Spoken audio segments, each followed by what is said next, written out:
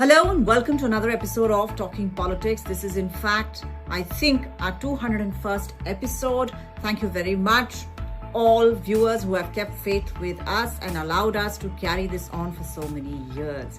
Now, this is a show, as you know, where we go behind the scenes of stories hitting the headlines in domestic politics.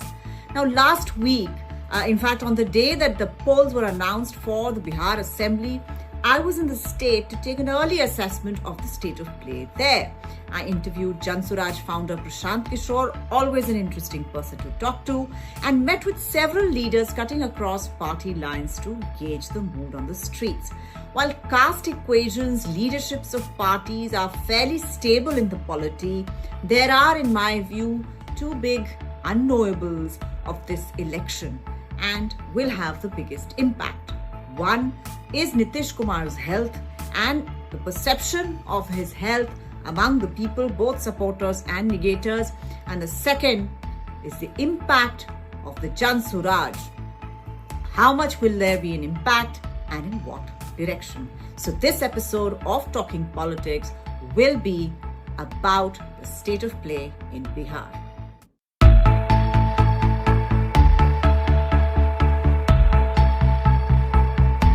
So let's go to the story so far.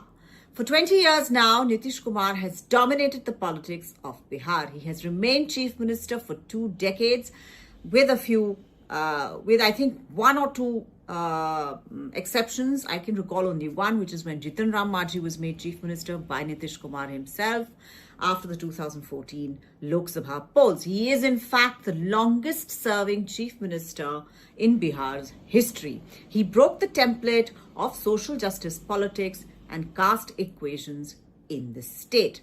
The voter support base carved out by Nitish Kumar is in fact extremely significant.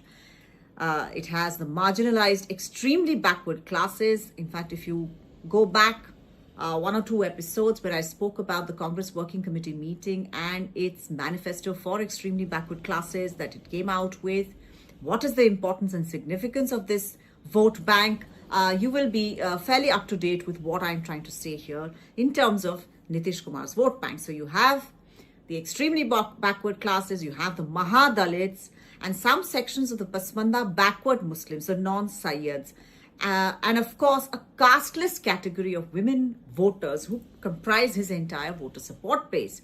They have kept faith with Nitish Kumar for over 20 years.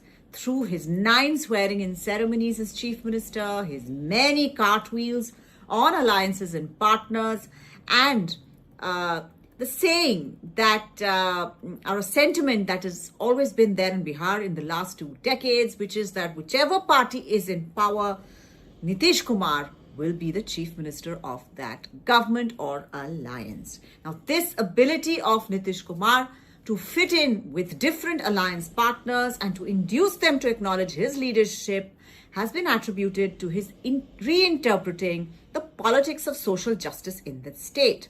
His carving out of a voter base from the larger Mandal OBC pie, where the Yadav community was seen as a dominant player in its share of power and privilege at the cost of others, the non-Yadavs, the EBCs, Kurmis, Kushwahas. So there was a salami slicing of these communities under the banner of Nitish Kumar, who is a Kurmi himself. This reinterpreted social justice politics had made him valuable to the BJP, which basically rested on Apka support and Hindutva, except that in Bihar, caste politics and caste equation and social justice and these issues are more dominant over Hindutva politics. So BJP always felt it was extremely useful to have somebody like Nitish with his own idea of social justice and of that kind of caste politics, who got the equations right, to be with them within the NDA. And his ability to limit Hindutva politics of the BJP, because while in government with the JDU, the assertion of Hindutva had been muted all these years. This made him a comfortable choice to align with the India bloc as well whenever he wished to change sides, which was in 2015 and then later again 2020 or something. So after 2020, there was some 21, 22, and then he came back to the NDA regime. So, government initiative, governance models, improvement in law and order, positive when in relation to the RJD years, which were considered a rather black hole for governance in Bihar, attracted women and youngsters as well to Nitish, making him a formidable political force in the state. Now, after all of this, his ill health, however, has brought questions of succession to the fore. Who will inherit his party mantle, JDU's mantle? Because this is one of the few parties, especially from the socialist rung, where there is no family succession that has been put into place. There is no succession path through dynastic politics, which is there. Those are actually very safe succession paths. If you leave it out for your party members to fight it out, that becomes a lot more complicated.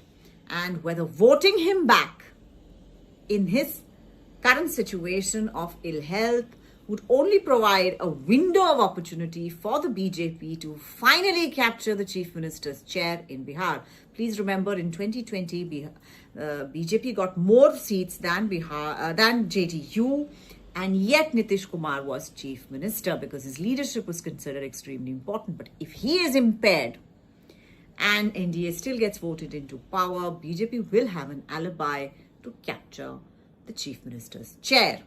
In fact, as we record this episode, Santosh Kushwaha, very senior leader in the JDU, former Lok Sabha MP, etc., has defected to the RJD. He's joined the Rashtriya Janata Dal led by Tejasvi Yadav. And people say that some colleagues of Nitish Kumar will also be applying their minds to a possible post-Nitish scenario. That is not a good thing to happen as you're going into a crucial election. Thus, the subtext of Bihar polls this time around is all about the personhood of Nitish Kumar. Whether his vote base would give him a good send-off or not. Will the vote base think, no, this is likely his last election, let's give him a happy send-off, forget about what's going to happen next? Or they're going to be thinking about, no, if we give our vote and this happens and then BJP captures power, do we want to usher that in? What do we want to do? Are we aligned to anybody other than Nitish Kumar within the JDU? All of those questions. So the entire election of Bihar, in my view, is posited around one big question, of course, Nitish Kumar's health. Now, the NDA has realized that there is a lot of this subtext going around, and the state government, in a last-ditch burst of energy, has announced a slew of measures, including a rupees 10,000 income and entrepreneurship scheme for women. This is called the 10,000. It's expected to make a huge dent, like the Ladki Bahin Yojana in Maharashtra. Then free units of electricity have also been given in Bihar. This is the first ever time that has happened. Enhanced pensions for seniors, higher pay for welfare workers. All of this has been announced right before polls were to go in. Then you have the Patna Metro, which has been inaugurated, and other developmental projects as well. The BJP also has been very, very clear, saying no. Whatever the seat situation, however much we win, Nitish will be the Chief Minister of the alliance. He will be sworn in. He will take oath as Chief Minister if the NDA is voted back to power. Never mind the numbers of the BJP in comparison with the JDU. This subtext, however, is refusing to go away, and it has manifested itself as a meta-narrative. Especially in the case of the Jan Suraj party, which is headed by poll strategist Prashant Kishor. And I will add the interview that I did with Prashant Kishor in the show notes of this episode. The narrative pushed by the Jan Suraj party, which is of a new entrant. It is clearly aimed at everybody contemplating a post-Nitish scenario, whether the direction of that politics is to be manifested now in 2025 or into 2030, the year of the next assembly polls, which is that, okay, you had all the social justice mandal politics which happened in the late 1990s, early 2000s. Then you had part 2 of mandal and social justice under Nitish Kumar, which had a modicum of improving governance in Bihar. But now you have to move to governance 2.0 rather than Mandal 2.0, which is that you have to generate jobs and give opportunities to young people within that state. That is a very powerful sort of message being given by the Jan Suraj party. Thus, the second most important unknowable of these polls is just how much the Jan Suraj party will dent the established political parties and in which direction. Will Prashant Kishor hurt the NDA's prospects or the India bloc? The India bloc parties too are wondering the same, with the RJD under Tejashwi Yadav finding this an obstacle in dealing with the attempts to transcend the Muslim Yadav combination support base to attract other groups into the spectrum. And the Congress with its EBC manifesto is aiming at slicing away at Nitish's EBC vote bank and maybe go in for a revival. Now, whether Bihar politics is ready for another gestalt, like a double-decade gestalt or 20-year gestalt, or another redrawing of social justice politics around questions of economic and gender justice, will be interesting to watch. Now, watch this space. Stay tuned for Talking Politics, where we will return again and again to the polls in Bihar. It is one of the most interesting states in India to observe polls. Thank you so much for watching again, for completing our 200 episode mark. I shall see you next week.